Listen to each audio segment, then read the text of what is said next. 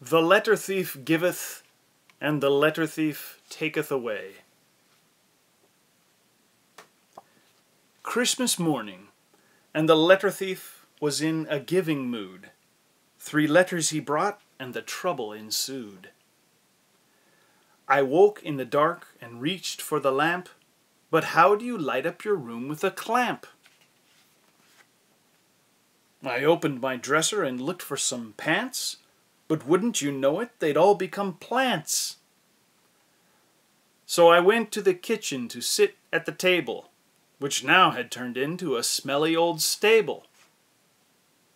I shouted out loud, "Begone!" I demanded, but a thief's not the type to just leave empty-handed. There he is! I saw him just as he fled, shamelessly stealing 3 letters in red. To think up a plan, I sat in the chair, but found myself parked on a pile of hair. Tears I did cry, and with rage did I shake. Some comfort I needed, so I reached for the cake. To get to the cake, I would take off the foil, but who wants a pastry that's covered in oil? To add to my anger, I noticed my tears had covered the floor in a pile of ears. Days passed. Was he finished? Was he done? Was it time to say phew? Oh no, he came back with the old switcheroo.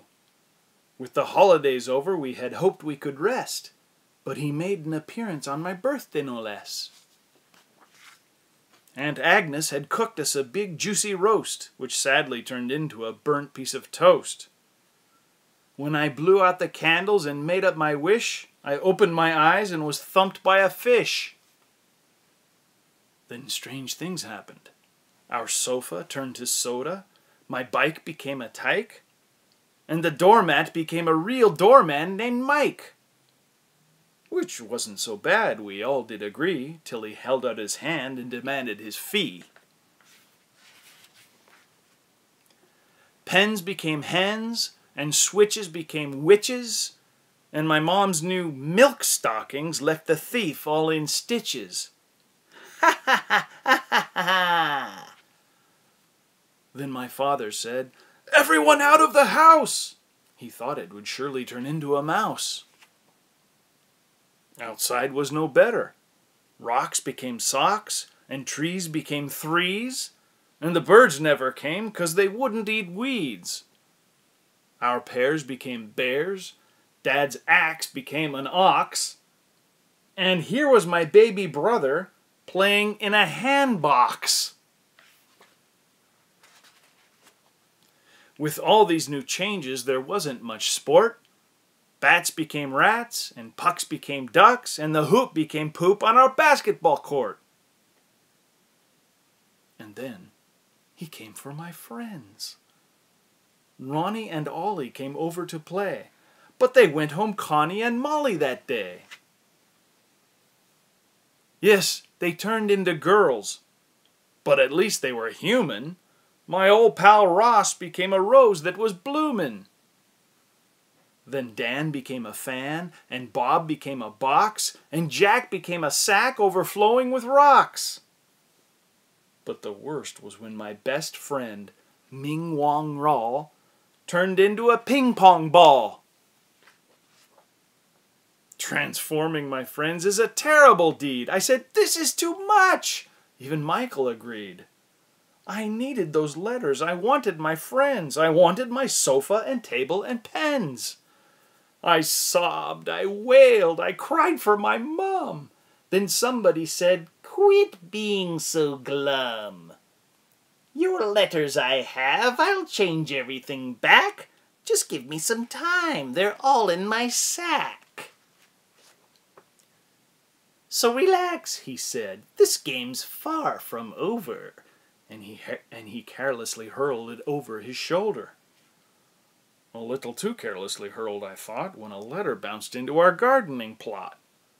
A letter from one of our rocks, I knew. An R, once red, now glowing bright blue. "Wait!" I yelled, and he braked and he stopped. Then he turned and he stared at the letter he'd dropped.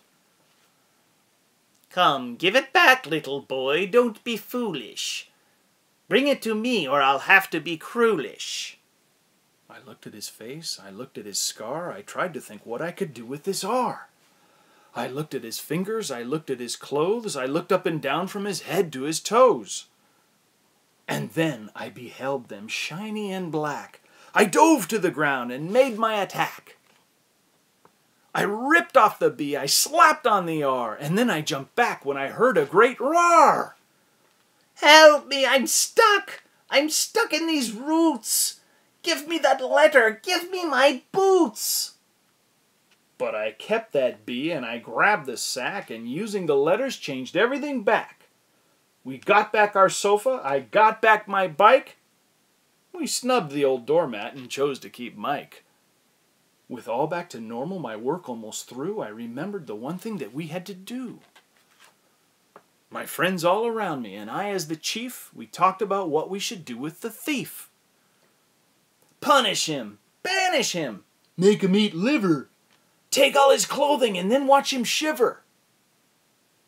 But something surprised us before we'd decided. What made us all jump? A noise from outside did. We looked out the window, but in the front lawn, what a great shock! The thief! He was gone! No sign of a struggle, no sign of the roots, just some very large footprints and a gaggle of coots. And then we all heard it, a voice loud and clear. "I'll be back," it said, and we trembled with fear. The end.